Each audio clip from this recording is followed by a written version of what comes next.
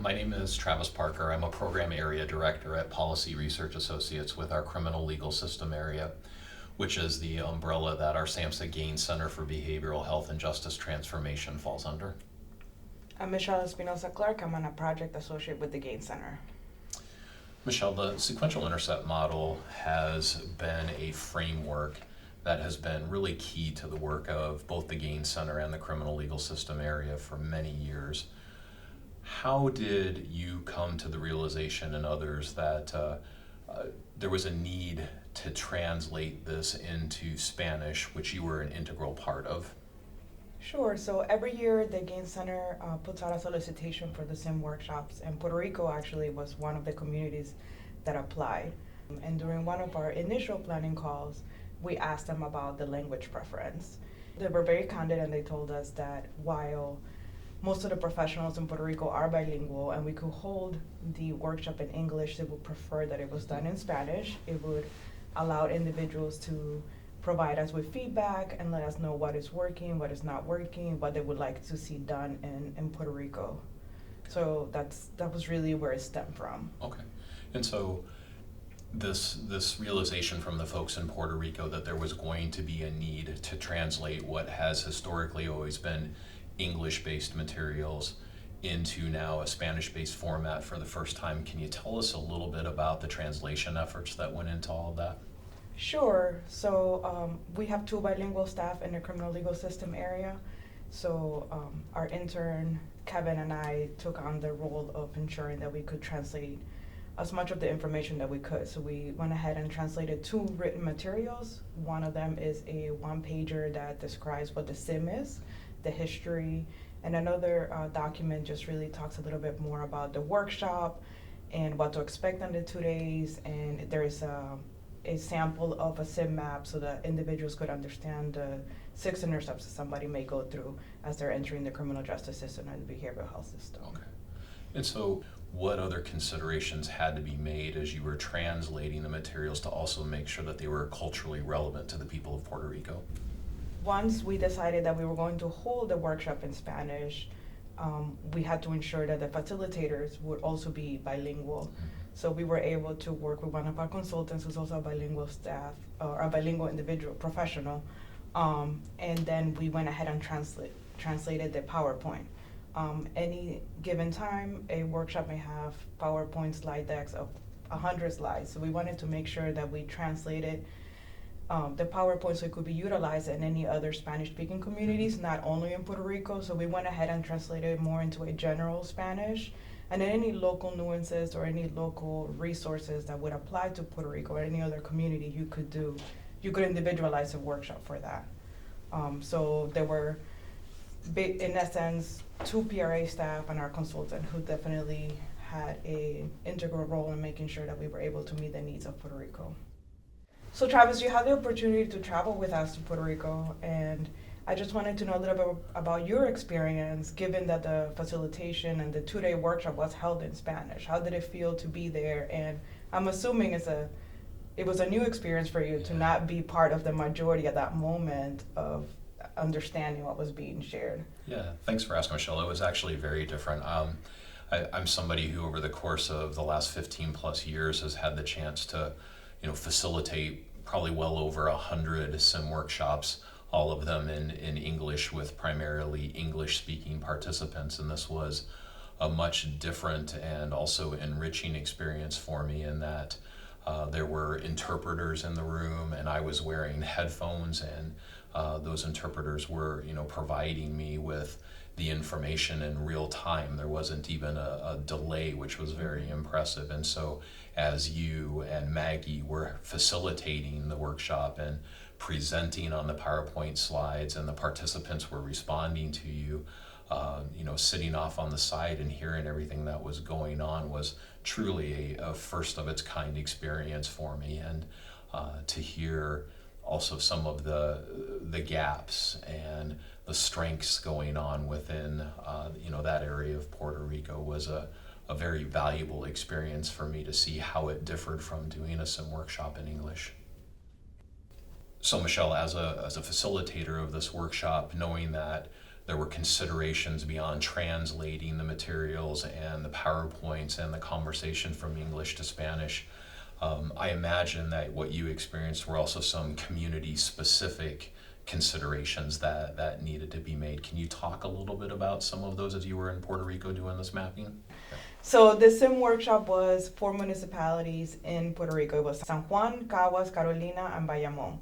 So that was one of the differences that we had, that I was learning about these different municipalities and how they work. Each one of them works differently. However, one of the needs that the core team explained to us was that usually when there are workshops and when there are trainings, there is such a focus in just San Juan.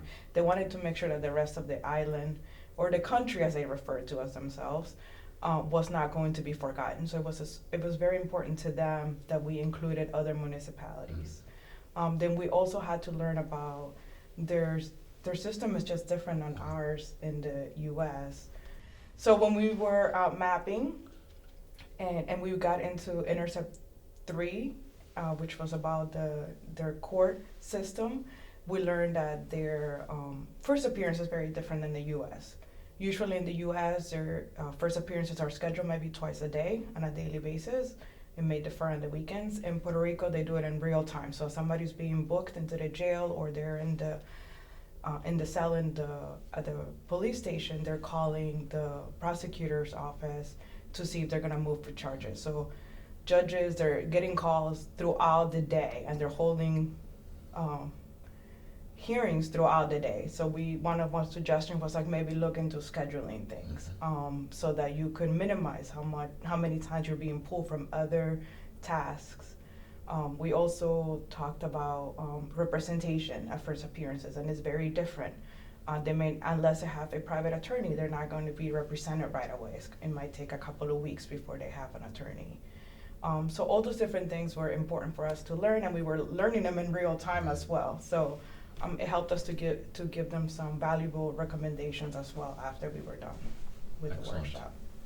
I think when you bring up those examples, one of the things that stood out for me too, that was a lot different from any other mapping that I've done, is they talked about when law enforcement is called out to the scene for somebody who may be experiencing a psychiatric crisis, that law enforcement officers themselves are not allowed to transport anybody to a hospital or other facility for assistance that they call an ambulance, and that there were a lot of issues with ambulance services sometimes never showing up, and so they would have to basically just let the person go even if they were in a state of crisis, or sometimes even ambulance companies running insurance and seeing, does the person first off have insurance coverage? If they do, is it an insurance carrier that is accepted by the ambulance service? And so there were a lot of complicating factors even in Intercept 0 and 1 in terms of people getting the help that they need sometimes.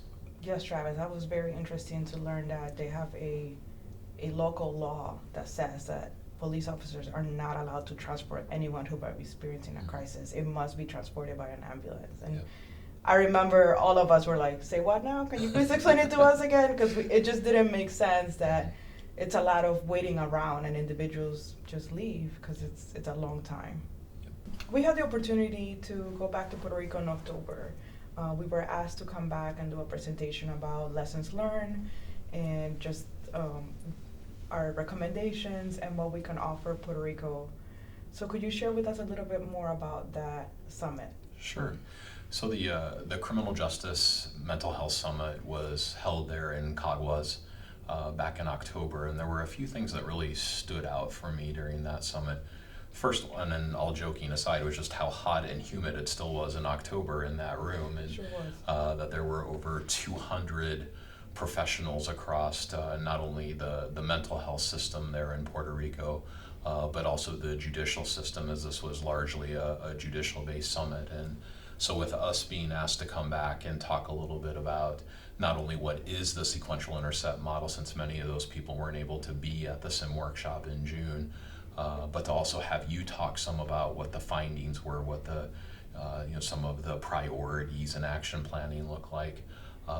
Another first that really came out of that for me that I was really taken aback by a little bit was the fact that they, over Zoom, were broadcasting this out to several Latin America countries with, interpretation taking place during that as well. So things like the sequential intercept model that historically we think of as just being more of a United States type of thing, we were now educating people across Latin America about the model itself and what things look like in Puerto Rico.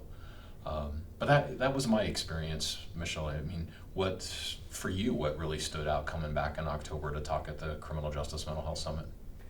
I was glad that we were able to go back. I feel like many times we may not be able to have the opportunity to see where communities are after our workshop. It's a lot of work to hold the workshop. Individuals are doing a lot of work at the workshop, and then sometimes we don't know what happens after it. So I was happy that we were able to go, and that the judge at the time shared with me that 3 out of the 5 groups that develop action plans were actually actively working on their goals. And one of those was ensuring that peer support services are represented throughout the SIM. So the individuals that were at the workshop, they had gone to the correctional facility to visit, they call it the prison. There's no difference between jail and prison, so They call it just the prison. They had gone in there to have a little more perspective, to be able to work with people as they are reentering the community. When it came to cross-system collaboration and training, that group had been meeting as well to make sure that they're able to, their goal was to develop some sort of like catalog almost to be able to determine how to access services, what type of services are available throughout the island. So they were actively working on all of that. So it was great to see that that momentum was still going. Also, we had the opportunity to listen to other speakers that were there. And just really, it was just a very humbling experience to see how much there's a desire for the individuals in Puerto Rico to see a change. And they have a very complex history as far as, they're not a state. So they're not eligible for all the different services and benefits that individuals in the, I guess, the continental states, you could say, are. So they have a lot of different challenges. We also learned that the aging population in Puerto Rico is rather high. So they are the ones taking care of individuals who are younger. So it's very complex, and I'm just glad to see that there is motivation and a desire from so many individuals to want to, make a change. Yeah. So. And I think, watching the work that you put in, and Maggie, our other facilitator, who's a consultant, and Kevin, who was an intern at the time, and our communications department, and so many others really emphasized to me just how proud we can be of the work of the Gain Center, of our criminal legal system area, and of PRAY to really have. This was a significant opportunity for us as an organization and as the Gain Center, and to grasp this opportunity and really make it a top-notch, high-quality workshop and then follow-up event at the Criminal Justice Mental Health Summit really illustrates the great use of federal dollars through the Substance Abuse and Mental Health Services Administration to help people in a way that we haven't been able to do before. And I just hope as an organization and as the Gain Center and with the federal government that there's more opportunities to really take advantage of helping people like we were able to in 2023 with these events. I agree. It's definitely a great opportunity, and I do hope that we can go back. Yep. Wouldn't that be great? Yeah.